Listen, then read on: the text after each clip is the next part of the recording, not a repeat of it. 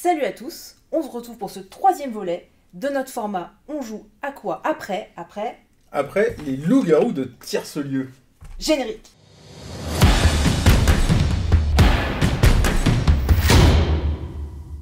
On vous présente donc tout d'abord le grand classique, les loups-garous de Tiercelieu, qui est un jeu de bluff à rôle caché. En général, on passe des bonnes soirées dans une bonne ambiance. Comment ça marche cette histoire? Il va y avoir des méchants et des gentils, tout simplement. On va distribuer une carte à chacun et on va expliquer comment ça fonctionne. C'est un jeu qui se joue à partir de 8, donc déjà il faut être assez nombreux, jusqu'à 18, voire potentiellement... Voire plus si vous faites un loup-garou multivillage. Voilà. Mais bon, c'est pour les experts, quoi. C'est ça. Il se joue à partir de 8-10 ans, parce qu'il n'y a pas plus de règles que ça. Officiellement c'est 10 ans, mais il y a beaucoup d'enfants qui commencent plus tôt dans les centres aérés, ce genre de choses, ils connaissent avant. Comme ça se joue à nombreux, c'est l'aspect facile et on peut l'amener partout du coup, vu que c'est justement juste des cartes. Ouais, et puis c'est une toute petite boîte, quoi. Voilà. Donc voilà, les parties ça peut être plus ou moins long, ça dépend du nombre que vous êtes, ça dépend de... Voilà. Ça dépend de la durée des discussions, ça dépend du maître de jeu, puisqu'il y a un maître de jeu. Voilà, donc déjà la partie très importante c'est qu'il y a un maître de jeu. Donc lui, il n'incarne aucun des rôles, juste il va faire le déroulé en fait de la partie. Donc tout d'abord, chacun va gagner une carte. Enfin récupérer une carte pour savoir son rôle. Donc il y a les rôles de villageois classiques. Eux, pas de caractéristiques particulières. Voilà, juste ils sont en observateur. Il y a forcément les loups-garous, ceux qui se traquent et qui veulent tuer les villageois. Les méchants. Les méchants. En général, c'est le rôle qu'on aime bien faire. Et il y a des rôles particuliers, donc là c'est des villageois, mais qui ont une caractéristique. Les plus connus, pouvoir, quoi. Voilà, les plus connus, on va dire, c'est la voyante. La voyante, c'est celle qui va pouvoir regarder une carte. Ouais, la nuit, elle se réveille et elle regarde la carte d'un autre joueur. C'est ça. Il y a la petite fille, qui elle va devoir ne pas se faire voir, mais qui va pouvoir entrouvrir les yeux pour essayer de démasquer les loups-garous. Ouais, parce que dans le loup-garou, ce qu'on n'a pas dit, c'est qu'il y a deux phases. Il y a une phase de jour, une phase de nuit. Oui. On commence par la phase de nuit. C'est on va dire l'étape importante de la nuit, c'est les loups-garous qui se réveillent et qui mangent quelqu'un. Voilà. Mais déjà, il faut dire les loups-garous se connaissent, parce qu'en fait, le maître du jeu, la première nuit, le maître du jeu demande aux loups-garous d'ouvrir les yeux, donc eux se connaissent. Ouais. Ensuite, on ferme les yeux. Et en plus, donc après, on passe dans une phase de jour où le maître du jeu va essayer de me faire mener les discussions. Et globalement, il va réveiller les gens à tour de rôle, quoi. C'est ça. Donc il va réveiller les loups-garous qui vont manger quelqu'un. Il va réveiller la voyante qui va regarder la carte d'un autre joueur. La petite fille, il la réveille pas. Tout simplement, la petite fille, elle ouvre les yeux. Au moment où le maître de jeu dit les loups-garous se réveillent, la petite fille, elle a le droit de regarder. Mais il faut pas qu'elle se fasse attraper, sinon les loups-garous vont la manger. C'est ça. Donc voilà, plein de petits rôles comme ça. Donc après, il y en a vraiment beaucoup dans la boîte. Vous pouvez vraiment varier. Et il y a dans une les extensions. C'est ça. Que toute petite aussi. Donc c'est devenu un grand classique. Il y en a des dérivés. Et il y a bientôt une adaptation sur Netflix qui va sortir. Voilà, donc sûrement très dispensable. Donc le jeu, il faut savoir qu'il a quand même plus de 20 ans. Et voilà, ça reste quand même un des grands classiques quand on veut jouer à nombreux. Parce que facilement transportable. Et en général... on peut avoir des parties assez épiques parce que des fois on arrive à la fin, il reste un loup-garou, un villageois et on est là, on ne sait plus et voilà, ça peut être vraiment source. Par contre, il faut se mettre dans l'ambiance du jeu. Si on joue pas, si on n'est pas dans le bluff, ça perd tout son sens. Et donc, c'est un jeu qui a une vingtaine d'années, un peu plus, si vous avez plus de 20 ans, on va dire que vous y avez déjà forcément joué, à un moment donné presque. Qui marche vraiment bien niveau ambiance tout, qui a un défaut, qui fait que beaucoup de gens ne l'aiment pas, c'est que il se déroule en plusieurs nuits jusqu'à ce qu'il ne reste plus qu'un villageois ou que des loups-garous. Et donc on peut être éliminé dès la première nuit, et là-bas il faut attendre la fin de la partie. Alors déjà, vous pouvez vous retrouver à attendre longtemps si la partie dure longtemps, s'il y a beaucoup de joueurs. Et l'autre aspect, c'est que cette phase de nuit, si vous êtes simple villageois, elle peut durer très longtemps, et pendant ce temps-là, vous n'ouvrez pas les yeux. Et alors, si vous avez décidé de lancer votre loup-garou à 3h du matin en fin de soirée, il y en a, ils vont jamais les rouvrir parce qu'ils vont s'endormir. Donc, ces deux défauts-là, qui pendant longtemps n'ont pas été très gênants, il y a plein de jeux qui ont cherché à les corriger pour donner une meilleure et une nouvelle expérience aux loups-garous. Et du coup, on vous en propose quelques-uns. Des petites alternatives de loups-garous modernisées, revisitées. Ouais. Ok ? Première alternative.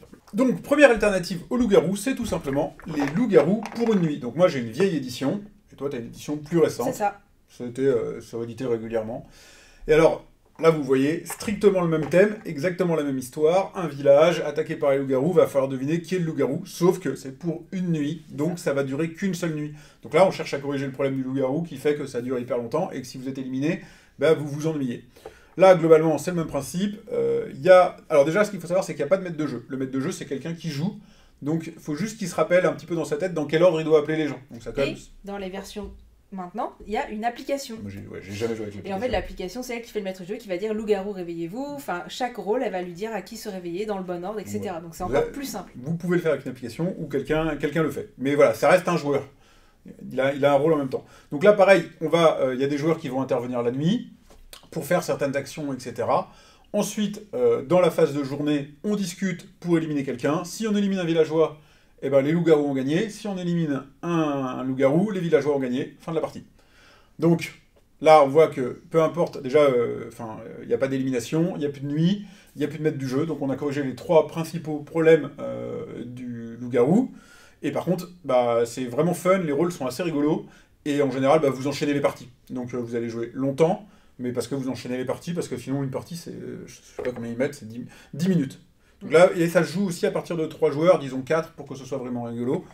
Donc là, si vous êtes, clairement, si vous êtes, on va dire, entre 4 et 8, faites, moi je dirais de toute façon, entre 4 et 10, faites un loup-garou pour une nuit.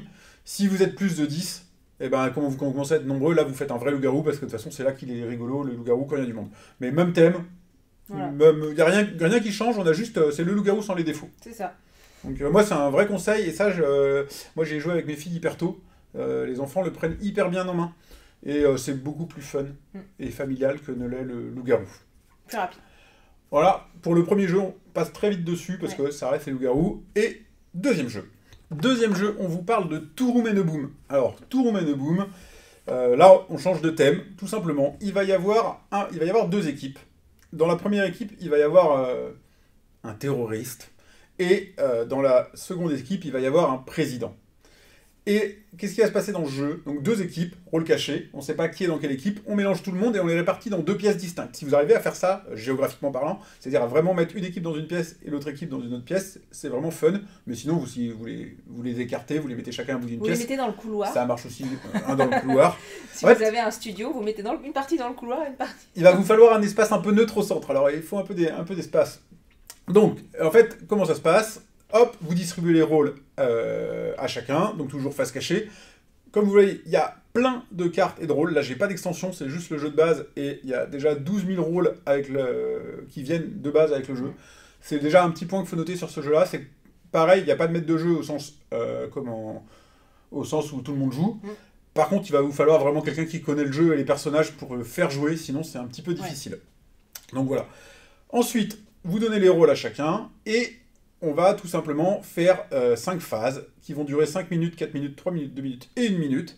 Et à chaque fin de ces phases-là, les 2 équipes vont devoir s'échanger quelqu'un. Il y a quelqu'un qui va aller d'une équipe à l'autre. Et voilà, on va inverser 2 personnes. Et au bout de ces 5 phases, et donc de ces 5 échanges, si le président est dans la même pièce que le terroriste explose et tue le président, les terroristes ont gagné. S'ils sont dans 2 pièces différentes, on a réussi à sauver le président, et les gentils ont gagné. C'est tout. Après, c'est tous les rôles qui font le sel du jeu.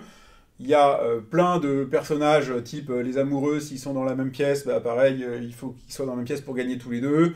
Il y a de quoi mentir, je sais même pas, il y en a tellement. Il n'y a pas de règle finalement, en fait. On peut très bien être dans une pièce, se montrer une carte, et vas-y, t'es qui toi? Voilà. Et en fait, juste montrer la couleur. Ah, t'es pas avec moi. Bon, déjà, on sait que lui, c'est un méchant. On sait pas qui c'est. Vous décidez quand vous êtes dans une pièce si vous parlez à tout le monde, si vous parlez pas du tout, si vous montrez votre carte à chacun ou pas. Alors, il y a des joueurs qui vont avoir des pouvoirs qui vont vous obliger à montrer leur carte.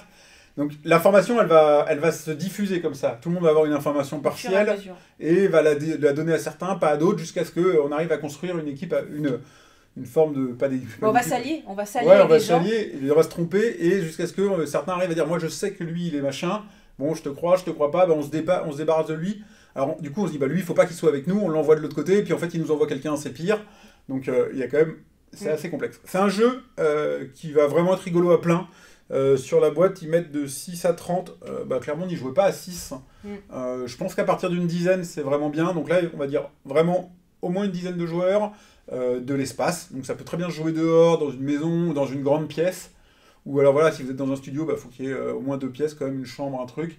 Et il faut une petite zone neutre au début, au milieu, parce que quand il y a un échange entre les 2 équipes d'otages, en gros, hein, c'est un peu ça l'idée, et ben, c'est les capitaines de chaque équipe qui vont au milieu, et on attend, et chacun appelle son otage. Il faut qu'ils arrivent en même temps, parce que l'autre équipe ne doit pas voir qui a envoyé l'autre équipe, pour pas qu'il y ait de changement de dernière minute. Et voilà, donc on s'échange les otages dans un lieu neutre et à un instant T.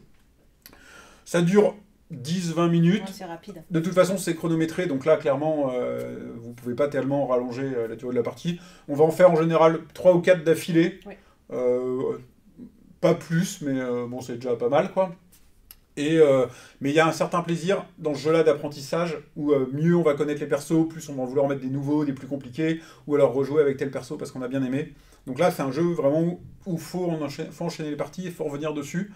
Par contre, il met une certaine ambiance qui est vraiment sympathique, quoi. Ouais, ça change. Puis le fait de s'échanger comme ça, d'avoir 2 groupes finalement et d'échanger les otages, etc., ça apporte quelque chose de différent. Ouais. On fera une vidéo un jour, je pense, spécifique sur les jeux qui se jouent debout, enfin où vous bougez en même temps, et pas juste les jeux de société où vous êtes assis à votre table. Et clairement, celui-là, il rentre vraiment dans cet aspect. Typiquement, si vous êtes en soirée, vous pouvez lancer ça en fin de soirée, ou pour dynamiser une soirée un peu trop plan-plan. Ouais. Ça marche bien. Je trouve que c'est un petit incontournable à avoir dans sa ludothèque, parce qu'il n'a pas vraiment d'équivalent. Non, c'est vrai. Sauf à faire un The Mind. Donc, de la gamme chez Yellow, la gamme Minigame, et il y a une deuxième boîte qui est sortie. Qui est bleue. Et il y a certains personnages qui sont différents. Ouais, je pense à des petites variantes, mais voilà. Et je crois qu'il y a aussi une version Kickstarter, parce que ça a été sur Kickstarter d'abord, où il y a encore plus de personnages. Mais enfin, la version que vous trouvez dans le commerce, rouge ou bleu, a largement de quoi vous faire jouer pendant longtemps. Et à nombreux. Tu nous présentes un 3e jeu ? Ouais. Je continue, donc dans les alternatives au loup-garou tierceleux, avec le jeu Time Bomb, qui se joue donc de 4 à 8, à partir de 8 ans, pour des parties assez rapides de 15 minutes, mais je pense que ça peut durer plus longtemps, suivant les discussions, c'est toujours le principe des jeux de bluff, donc c'est un jeu de bluff. Il va y avoir 2 équipes, il va y avoir Moriarty et Sherlock. C'est quoi le but ? Une bombe est sur le point d'exploser, et il va falloir du coup désamorcer la bombe si vous êtes des Sherlock, et il va falloir faire exploser la bombe si vous êtes les Moriarty. À votre tour de jeu, vous allez avoir plusieurs fils qui ont été distribués cachés. Donc là, par exemple, je vous ai montré un exemple. Donc si vous avez ce rôle-là, vous êtes les méchants, les Moriarty. Si vous êtes bleu, vous êtes les Sherlock. Donc au départ, on donne un rôle. Et donc vous savez, c'est quoi votre but de la partie. Ça va jouer en plusieurs manches. Il y a plusieurs types de fils. Il y a les fils à désamorcer. Il y a les fils qui ne servent à rien. Et il y a la bombe quelque part. Ça se joue en plusieurs manches, comme j'ai dit. Donc la première manche, on va avoir 5 fils chacun. Puis après 4 fils chacun, puis 3 fils chacun, etc. Et donc ça se joue en 4 manches. Comment ça va se passer ? Eh bien moi, par exemple, on va dire c'est moi qui démarre. Moi j'ai mon rôle, je sais qui je suis. Mon but, ça va être d'aller chez quelqu'un. Je vais dire, alors il va dire, non, moi c'est moi, je suis gentil, non, moi je suis méchant, etc. Suivant votre nombre de joueurs, vous pouvez avoir plusieurs méchants, mais si vous êtes à 4, il n'y aura qu'un seul méchant. Donc voilà, des fois l'équipe va être composée de 1 ou plusieurs personnes. Je vais aller piocher chez quelqu'un, je vais dire, allez, on fait une alliance temporaire, je pense que toi t'es gentil. Je vais aller chez quelqu'un. Bon là, par exemple, je vais aller chez Guillaume pour dire, j'ai désamorcé ce fil-là.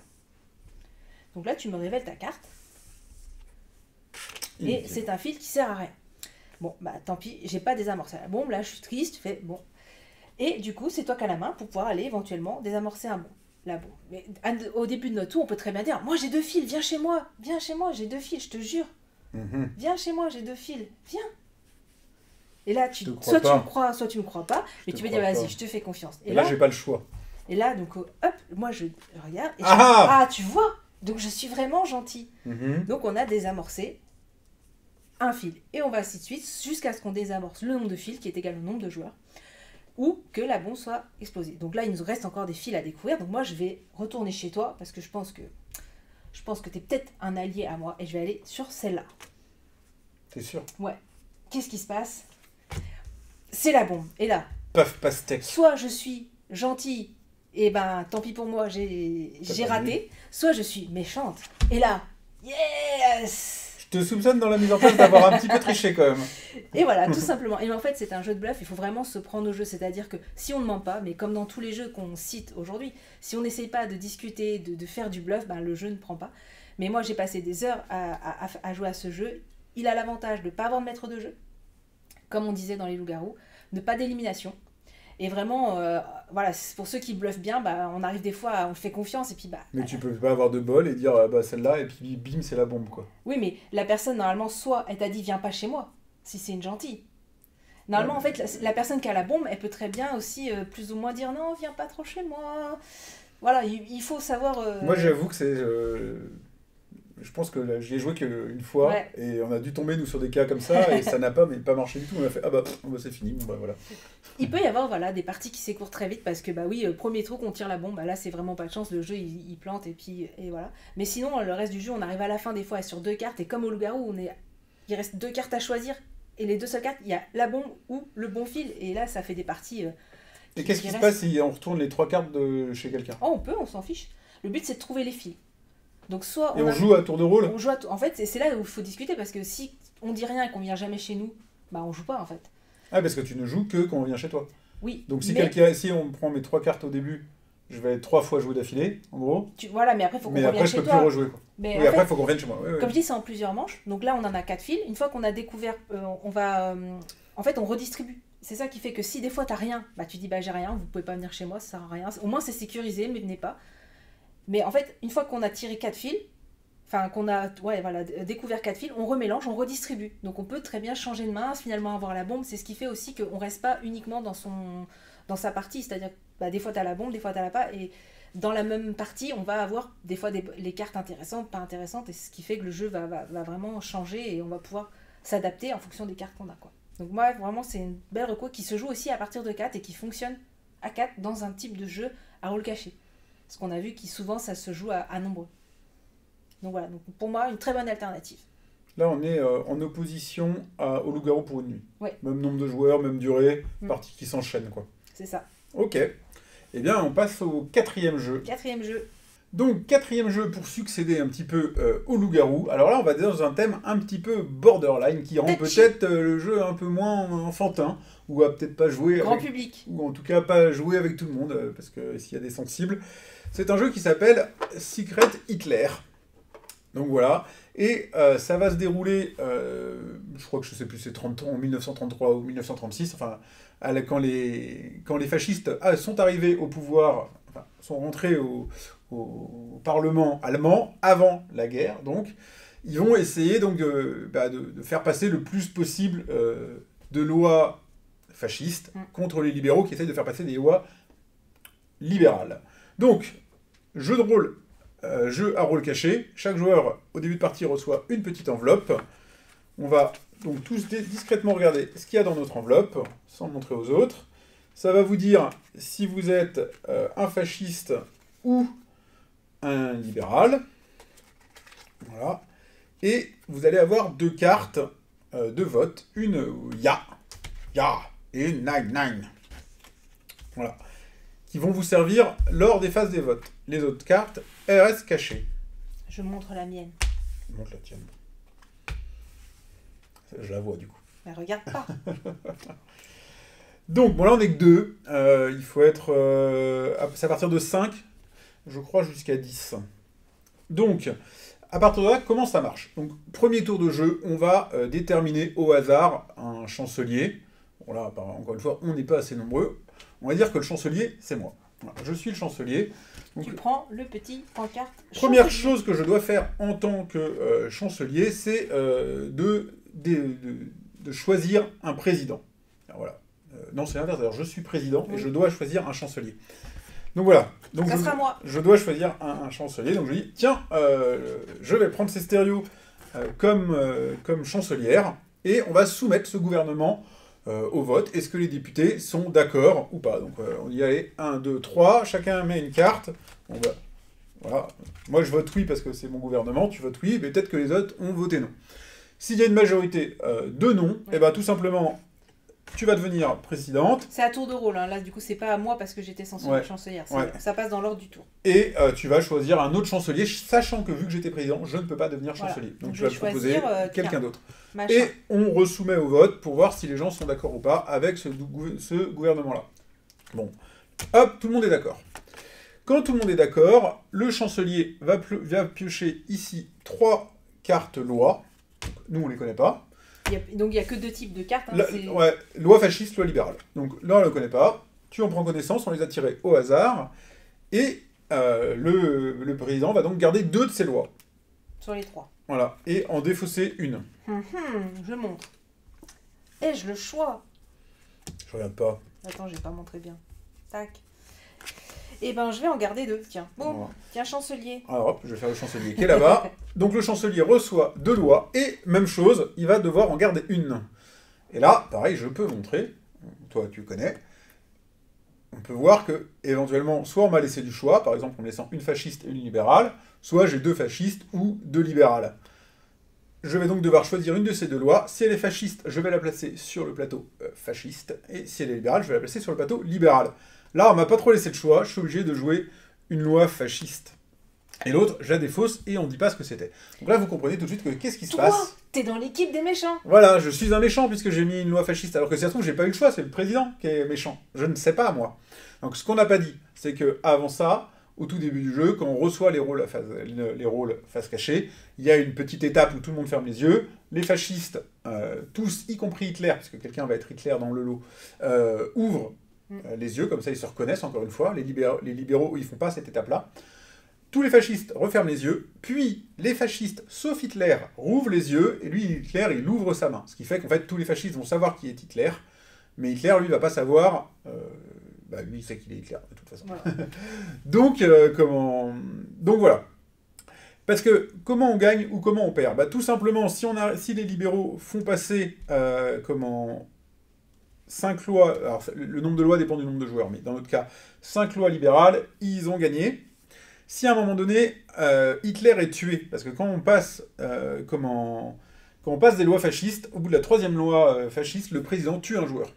Et là, si c'est quelqu'un qui a un peu bien géré son coup et que c'était un libéral, il va peut-être essayer de tuer un joueur. Et s'il tue Hitler, forcément, il va gagner. Si les fascistes arrivent à passer ces 2 étapes-là, qu'il y a de meurtre de Hitler, c'est eux qui ont passé le plus de lois fascistes et ils ont remporté la partie. Voilà, donc on est vraiment dans quelque chose de similaire au loup-garou. Sur un thème un petit peu plus cru, là, il y a une petite notion d'histoire, il y a un peu des meurtres et tout ça. Sauf qu'il n'y a pas d'élimination, comme on le disait, et pas de réel maître du jeu. Voilà, c'est ça. Et ça se prend assez bien en main. Bon, la particularité de ce jeu, c'est les éditions. Vous n'allez pas forcément le trouver en magasin. Si vous le trouvez en magasin, je peux même pas vous dire à quoi il va ressembler. C'est très cher. C'est un jeu qui a été diffusé de façon très aléatoire. Donc, par exemple, moi, j'ai du matériel qui est pas trop mal, on va dire, avec les petites enveloppes et tout. Mais c'est une fausse édition, quoi. Mais le tout dans une boîte dégueulasse, puisque ça, c'est la boîte que j'ai. Il y a aussi une version dans une boîte en bois, magnifique, qui coûte une fortune. Donc voilà, c'est un peu un ovni du jeu de société, ce truc. Mais globalement, il fait un carton, parce que si vous avez un peu des potes second degré, etc., entre adultes, ça marche quand même hyper bien. Il faut être capable de rire un petit peu de certaines choses, quoi. Et puis, comme on le disait, c'est que c'est du bluff, donc... Moi, suivant le rôle, j'ai eu 3 fascistes, j'ai forcément donné 2 fascistes, donc c'est forcément une fasciste, donc si j'étais libérale, tout le monde va se tomber sur moi. Ouais, voilà, c'est sûr. C'est ça, fasciste. En fait, la question dans le cas qu'on a eu, c'est de savoir qui est le méchant s'il y a un méchant, parce qu'elle a eu 3 lois fascistes, donc elle m'a passé 2 lois fascistes, donc j'étais obligé de jouer une loi fasciste. C'est ça. Il y a des gens qui vont se dire, ah là là, le Zla c'était un fasciste, il a mis une loi fasciste. Moi je vais dire, mais non, j'ai eu 2 lois fascistes. J'avais pas le choix. Et du coup, tout le monde va dire, ah c'est elle la fasciste, et en fait elle avait pas le choix non plus, et si ça se trouve, on était tous les 2 libéraux.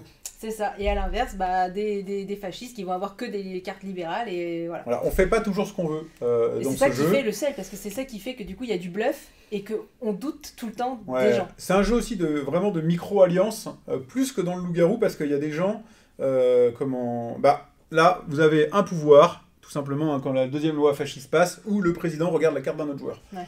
Donc on va pouvoir créer des micro-alliances, parce qu'on sait que lui, par exemple, il est avec nous, et du coup on va essayer de se dire, lui, quand moi je suis président, je sais qu'il est avec moi, donc je vais toujours le mettre chancelier. Ou de le duper et lui dire, je suis avec toi, j'ai vu ton rôle. Voilà. Et puis si vous mettez tout le temps la même personne avec vous, et vous avez peut-être, on va voter contre vous souvent, alors il y a beaucoup d'humains là-dedans, et de gestion. Moi j'adore ça, je pourrais jouer en boucle. Je trouve ça drôle, mais ça c'est mon humour qui est capable de ça. Et ça plaît pas à tout le monde, objectivement. Oui. Mais on verra qu'il y a des solutions, même à ces problèmes-là. On verra ça plus tard. C'est Stéréo, un autre jeu. Suivant. Nouvelle proposition, je vais vous parler de Shaman, qui est édité par Studio H. L'auteur c'est Cédric Chaboussy, et c'est illustré par Maud Chamel. Donc c'est un jeu qui se joue de 3 à 5 joueurs, pour 10 ans et plus, pour des parties un peu plus longues, là on rentre un peu plus, c'est moins, on va dire, fun, moins drôle peut-être, c'est une 40aine de minutes. On s'éloigne de la copie un peu ça. Vraiment de loup-garou, parce que là on retombe un peu dans le jeu de plateau. Donc qu'est-ce que c'est? C'est un petit jeu de plateau. En fait c'est un jeu de pli à rôle caché. Et de tir à la corde. Comment ça marche? Donc au début du jeu vous recevez un rôle. Donc ici les chamans en blanc, les ombres donc en noir. Donc on sait qui on est et forcément on ne veut pas avoir le même but comme tous les jeux à rôle caché. Le but des ombres c'est de faire avancer ce pion ombre sur le plateau pour arriver jusqu'à les ombres ici ou de tuer tous les chamans. Et à l'inverse les chamans ça va être d'essayer de découvrir qui sont les ombres, d'arriver à les tuer. Comment ça va marcher? C'est un jeu de pli sinon on va dire classique. Moi je vais ouvrir à une couleur donc je vais tenter, je vais faire ça. Et donc tous les autres joueurs vont essayer de jouer.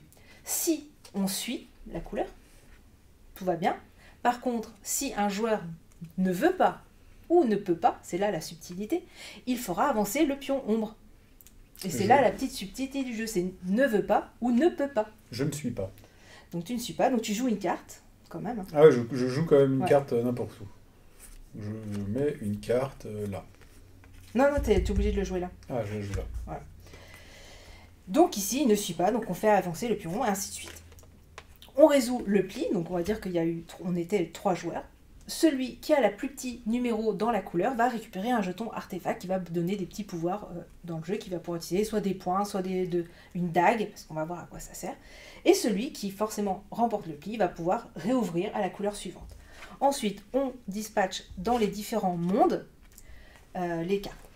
À savoir que toutes les cartes sont visibles, c'est-à-dire que là, si on joue à 3 joueurs... On peut essayer de deviner quelle carte il reste. On ne sait pas, c'est surtout que voilà, toutes les cartes sont en jeu, c'est-à-dire que là, si on joue à 3-4, il y a 9 cartes distribuées à chaque joueur, et toutes les autres cartes qui n'ont pas été distribuées sont mises dans les plateaux. Il n'y a pas de cartes qui ont été écartées. Donc là, on peut savoir tout ça, parce qu'il y a une importance à finir une couleur, on va l'expliquer pourquoi, donc on va pas jouer, mais on continue ainsi de suite, jusqu'à ce que, par exemple, on rejoue à jaune.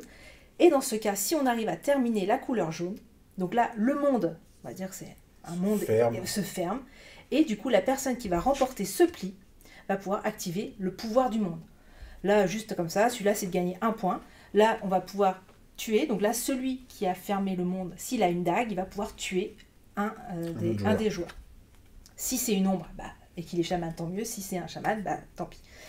Donc voilà, donc des petites subtilités comme ça. Donc jeu de pli classique, mais avec du bluff. Des petits jetons artefacts pour modifier ça. Donc, et le but, ça va être le premier joueur à remporter 8 points. Parce que ça se joue en plusieurs manches. Et on va redistribuer les rôles à chaque fois. Donc on peut être ombre, on peut être chaman, alterner comme ça. Si les chamans gagnent, ils font 2 points chacun. Si les ombres gagnent, ils font 3 points. Et c'est le premier à 8 points. On aurait tendance à croire que c'est un semi-coop, puisqu'on est avec d'autres qu'on sait pas qui c'est. Mais en fait, vu qu'il y a plusieurs manches et qu'on gagne des points à chaque fois, non, il y a quand même un seul gagnant à la fin, celui qui a le plus de points. Surtout que si, par exemple, toi, tu as 7 points, on va vouloir le tuer quand même, peu importe qui il est, parce que sinon il va gagner la partie. Donc en fait, il y a des alliances l'histoire de ma vie de rôle, et il y a des alliances aussi, parce que du coup, finalement, on veut gagner en équipe, mais on veut gagner surtout seul. Donc des fois, on peut être chaman et éliminer tous les autres chamans pour gagner tout seul. Voilà, le jeu est je trouve... il est superbe, déjà. En niveau édition, superbement illustration. Édité, ouais. On a une boîte de taille bien, qui est adaptée au jeu, on a un plateau qui est vraiment chouette, et des belles cartes. Voilà, et puis moi, un bel objet. C'est un jeu qui n'a pas beaucoup marché, qui n'a pas beaucoup fait grand bruit, et il a même été plus ou moins décrié, mais moi, c'est un jeu que j'apprécie vraiment, j'aime beaucoup je me rappelle qu'on y a pas mal joué quand tu l'as eu. Maintenant, c'est vrai qu'il est passé un peu l'oubli. Après, voilà, c'est pas de grande stratégie non plus, c'est un petit jeu de pli, et forcément, des fois, vous êtes méchant, vous allez vous faire tuer... Ça ronchonne aussi. Si vous n'avez pas assez de monde pour faire un loup-garou, si vous aimez les jeux bien édités, mais que vous avez quand même envie de se rôle caché, c'est vraiment une super proposition. 3-5 joueurs, donc voilà, allez-y sur Shaman. Dernier jeu de notre liste. Dernier jeu de notre sélection, on passe sur un jeu qui prend un peu plus de place, qui est un peu plus gros, et j'en ai parlé brièvement tout à l'heure, qui finalement va être une évolution de Secret Hitler, en plus familial, avec un thème un petit peu plus passe-partout. On se retrouve un peu dans l'univers de Cthulhu. On va être en fait les pirates embarqués à bord d'un bateau pirate qui est ici, et on va devoir faire avancer le bateau sur le plateau. Comme toujours, il y a les gentils qui veulent aller au port, à bon port, emmener le bateau à bon port. Il va y avoir des méchants pirates, déjà qu'un pirate c'est méchant, c'est des méchants, les super méchants pirates, qui veulent emmener le bateau à mauvais port. Et, différence avec les autres jeux, il y a une troisième équipe, un petit peu comme dans l'Insondable, qui est aussi dans l'univers de Cthulhu, ou si on remonte encore plus loin dans le temps, un petit peu comme Wanted, qui s'appelle Bang maintenant. Il va y avoir une sorte de traître, qui est un peu son rôle à lui tout seul, il va gagner tout seul, lui il va essayer d'emmener le bateau se noyer à l'ombre du Kraken. Il va essayer de faire couler le bateau. Ouais. Donc là, on a une équipe en plus. Donc, on vous a fait une petite mise en place. Le jeu se joue de 5 à 11 joueurs. Il est publié chez Yellow pour des parties de 45 à 90 minutes. À partir de 12 ans. Je pense qu'on pourrait commencer avant. Oui, puisqu'il est dans la même gamme que les autres qui sont à 10. Donc... Ouais, je pense que 10 ans, ça pose pas de problème. Donc, dans ce jeu, vous allez d'abord recevoir 2 cartes. Une carte qui va vous dire dans quel camp vous êtes. Si elle est bleue, comme ça, vous êtes un gentil marin. Si elle est rouge, vous êtes un méchant pirate. Si elle est jaune, vous êtes le cultiste et vous voulez couler le navire. Donc hop, chacun prend connaissance de son rôle. Vous avez des cartes qui récapitulent en fonction du nombre de joueurs, combien il y a de chaque personnage. Voilà. Sachant qu'à 5 joueurs, vous ne savez pas exactement combien il y a de joueurs. Donc hop, chacun regarde son rôle, repose sa carte.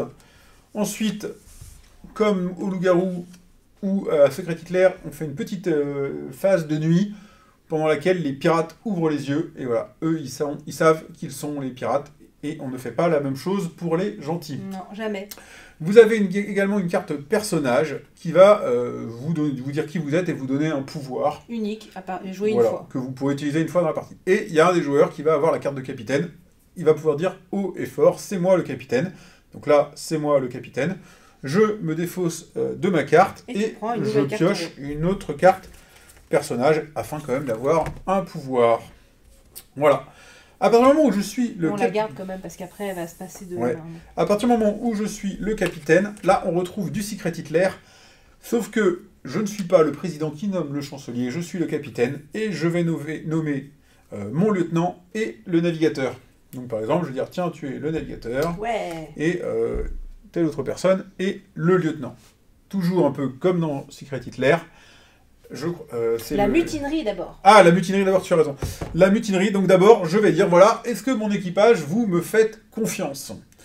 Et là, les joueurs, vous voyez qu'on a des petits jetons pistolets, mousquets, ils appellent ça. Ils vont en mettre 0, 1, 2, 3 dans leurs mains. Plus ils me font confiance, et moins ils vont en mettre. Hop, on met... Donc moi, je participe pas en tant que capitaine. Le capitaine ne participe pas. Donc on fait 1, 2, 3, prouvez-moi votre loyauté. Tout le monde retourne sa main. Ah bah toi, tu me fais pas du tout confiance. Non, je veux changer, je ne suis pas d'accord. Imaginons qu'on soit 5 joueurs. S'il y a plus de 3 mousquets, je suis destitué en tant que capitaine. Et du coup, la personne qui avait mis le plus de mousquets, donc imaginons dans notre cas, c'est Stéréo, on a mis 3, que lui en avait mis 1 et les 2 autres n'en avaient pas mis. Ça fait un total de 4 mousquets. Donc je suis destitué. Et on refait une partie. Et c'est Stéréo devient le capitaine. On va pas le faire, du coup on va... Voilà, parce que c'est elle qui aurait gagné la mutinerie. Si je ne suis pas destitué... l'équipage va procéder à la décision les capitaines, de là où on va. Donc, en tant que capitaine, je vais piocher 2 cartes destination. Mon lieutenant va également en piocher 2. On va décider laquelle on garde. Donc, globalement, souvent en fonction de savoir si on est gentil, méchant ou autre. Il y en a une que je défausse, et l'autre, je vais la mettre dans cette petite boîte. Un petit peu surédité. Hop, face cachée, et je donne la boîte à mon lieutenant, qui paraît qu'il a conservé une carte et qui la met dedans. On ferme la boîte, on mélange comme ça, et on passe ça au navigateur, qui du coup ne sait pas qui a mis quelle carte, et qui, comme dans Secret Hitler, va devoir garder une des 2 cartes.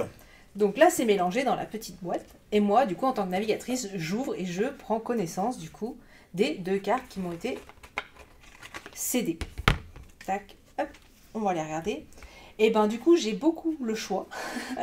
Alors, t'as comme un... non, c'est vraiment exactement les mêmes. Parce que les cartes, elles ont des petits pouvoirs que le navigateur... Voilà, qui sont inscrits ici, donc dans le dos de la boîte. Donc ça peut être aussi intéressant, c'est même si la destination était la même. On n'a pas de bol, j'ai le même symbole et la même destination. En fait, c'est bien fait parce que c'est fait pour que tu puisses regarder ce que font les cartes tout en regardant ce qui est marqué dessus. Quoi. Donc voilà. Donc là, de toute façon, personne ne le sait, parce que je peux faire quand même une tentative de bluff, que moi je garde cette carte-là, et l'autre, bah, elle est défaussée, poubelle. Alors, tu me donnes la carte, et je dis cap à l'ouest. Et là, donc, tout simplement, on a le cap à l'ouest ici, tout droit, donc au nord et l'est. Sinon, il suffit de suivre les flèches, hein, ces flèches rouges. Donc, on va aller là. Et voilà, on a commencé à se rendre vers la victoire des pirates. Mais bon, c'est le tout début de partie. Et comme tous les jeux de bluff, on va dire tu es un pirate, tu es méchante, etc. Alors que ça peut être les deux autres. Je n'avais pas le choix dans les cartes. Et c'est tout ça qui va faire, comme dans tous ces jeux, le bluff, du coup, parce qu'on va pouvoir accuser à tort. Ouais.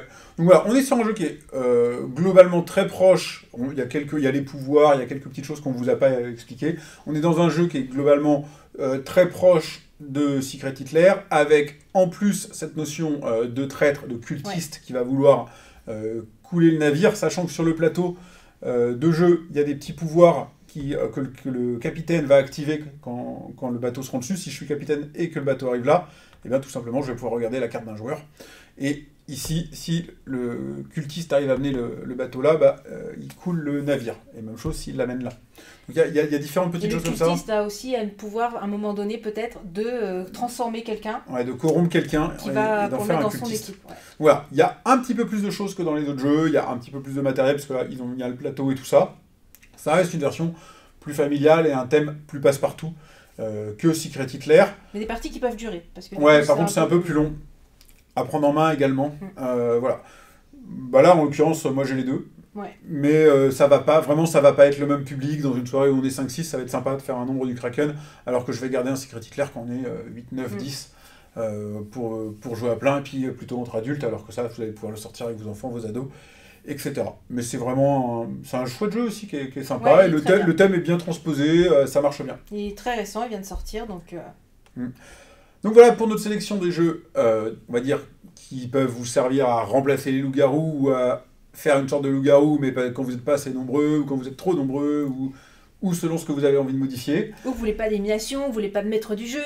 Voilà, il y en a plein d'autres, des jeux à rôle caché. Hein. On peut pas tous les citer. On a évoqué rapidement Wanted, qui s'appelle Bang, il y a le Saboteur, il y a... In Vino Morte. Voilà. Il y en a plein. Il y en a plein. Là, c'est ceux que nous, on aime bien, et puis qui nous permettent de couvrir un petit peu tous nos besoins. Tout public.